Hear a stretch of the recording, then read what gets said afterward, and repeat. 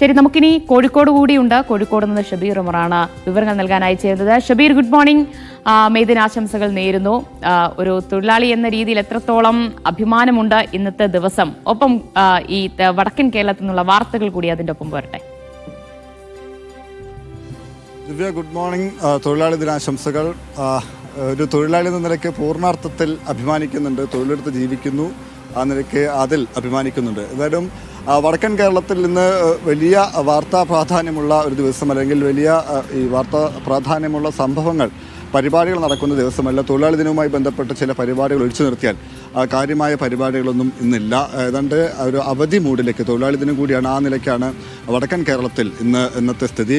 എന്നാൽ അതേസമയം തന്നെയാണ് നിലമ്പൂരിൽ ഉപതെരഞ്ഞെടുപ്പ് പ്രഖ്യാപിച്ചിട്ടില്ലെങ്കിലും അവിടെ വലിയ തരത്തിൽ തെരഞ്ഞെടുപ്പ് പ്രചാരണ പ്രവർത്തനങ്ങൾ സജീവമാണ്. ഇരു മുന്നണികളും, അതായത് LDF-ഉം UDF-ഉം നേരത്തെ തന്നെ തെരഞ്ഞെടുപ്പ് പ്രഖ്യാപിക്കുന്നതിന് മുമ്പ് തന്നെ, തെരഞ്ഞെടുപ്പിന് കളമൊരുങ്ങിയപ്പോൾ തന്നെ പ്രചാരണ രംഗത്ത് അല്ലെങ്കിൽ ഇതുമായി ബന്ധപ്പെട്ട പ്രവർത്തനങ്ങളിൽ സജീവമായിരുന്നു. എന്തായാലും UDF ആണ് ഇപ്പോൾ പഞ്ചായത്ത് തല കൺവെൻഷനുകളുമായി തെരഞ്ഞെടുപ്പ് പ്രചാരണത്തിൽ സജീവമായിരിക്കുന്നത്. തെരഞ്ഞെടുപ്പ് നടക്കുമോ ഇല്ലയോ എന്ന് പോലും വ്യക്തതയില്ലാത്ത സമയത്താണ് ആ നിലയ്ക്ക് പഞ്ചായത്ത് തല കൺവെൻഷനുകൾ UDF നടത്തുന്നത്. ഇന്ന് 2 പഞ്ചായത്തുകളിലും, എടക്കര അമരമ്പലം പഞ്ചായത്തിലും ഒപ്പം തന്നെ നിലമ്പൂർ നഗരസഭാ പരിധിയിലുമാണ് UDF-ന്റെ പഞ്ചായത്ത് തല കൺവെൻഷനുകൾ നടക്കുന്നത്. ഒപ്പം തന്നെ പ്രധാനപ്പെട്ട നേതാക്കൾ പല ദിവസങ്ങളിലായി നിലമ്പൂരിൽ ക്യാമ്പ് ചെയ്യുന്നു എന്നുള്ളത് കൂടി പ്രാധാന്യത്തോടെ കാണണം. കഴിഞ്ഞ ദിവസം CPM-ന്റെ PB അംഗം A. വിജയരാഘവൻ നിലമ്പൂരിൽ ഒരു പരിപാടിയിൽ പങ്കെടുത്തിരുന്നു. നേതൃതല സംഗമത്തിലാണ്, നേതൃതല യോഗത്തിലാണ് A. വിജയരാഘവൻ പങ്കെടുത്തത്. എന്തായാലും ഈ തെരഞ്ഞെടുപ്പ് പ്രഖ്യാപിക്കുന്നതിന് മുമ്പ് തന്നെ ഈ നിലമ്പൂർ മണ്ഡലം സജീവമാണ്. ഉപതെരഞ്ഞെടുപ്പ് നടക്കുമോ ഒരുപക്ഷെ ആ നിലയ്ക്കുള്ള ആശങ്കകൾ കൂടി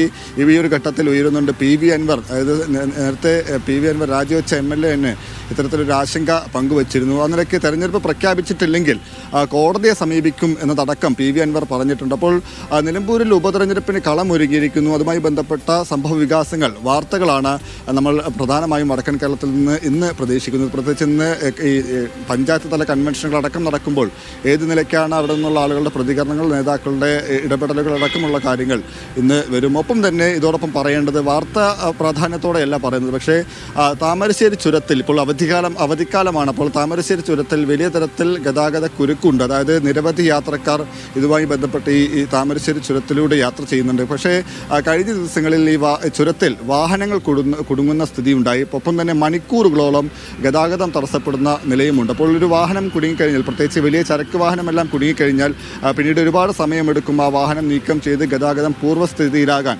ആ നിലയ്ക്ക് ആ സമയത്ത് അവിടെ വലിയ തരത്തിൽ ഗതാഗത കുരുക്കുണ്ടാകും. അപ്പം തന്നെ യാത്രക്കാർക്ക് വലിയ തരത്തിൽ ബുദ്ധിമുട്ടുണ്ടാകും. മണിക്കൂറുകളോളം ഒരു പക്ഷേ ചുരം കയറാൻ സമയമെടുക്കും. അപ്പോൾ അവിടെ നിന്നുള്ള നാട്ടുകാരും ഒപ്പം തന്നെ ഹൈവേ പോലീസ് അടക്കം അറിയിക്കുന്നത്, ഈ യാത്രക്കാർ, ചുരം വഴി യാത്ര ചെയ്യുന്നവർ ലഘുഭക്ഷണം, ആവശ്യത്തിന് വെള്ളം ഉൾപ്പെടെയുള്ളവ കയ്യിൽ കരുതണം. ഒപ്പം തന്നെ ദീർഘദൂര യാത്ര നേരത്തെ എത്താൻ ഉള്ള ആളുകളെല്ലാം ഇത് കണക്കാക്കി, താമരശ്ശേരി ചുരത്തിൽ ഗതാഗത കുരുക്കുണ്ടാകുമെന്ന് കണക്കാക്കി നേരത്തെ ഇറങ്ങണമെന്ന് കൂടി അവിടെ നിന്ന് നാട്ടുകാരും ഒപ്പം തന്നെ ഹൈവേ പോലീസ് ഉൾപ്പെടെയുള്ളവർ അറിയിക്കുന്നുണ്ട്. അക്കാര്യം കൂടി ഈ മോർണിംഗ് ഷോയിൽ പ്രേക്ഷകരോട് പറയുകയാണ് ദിവ്യ.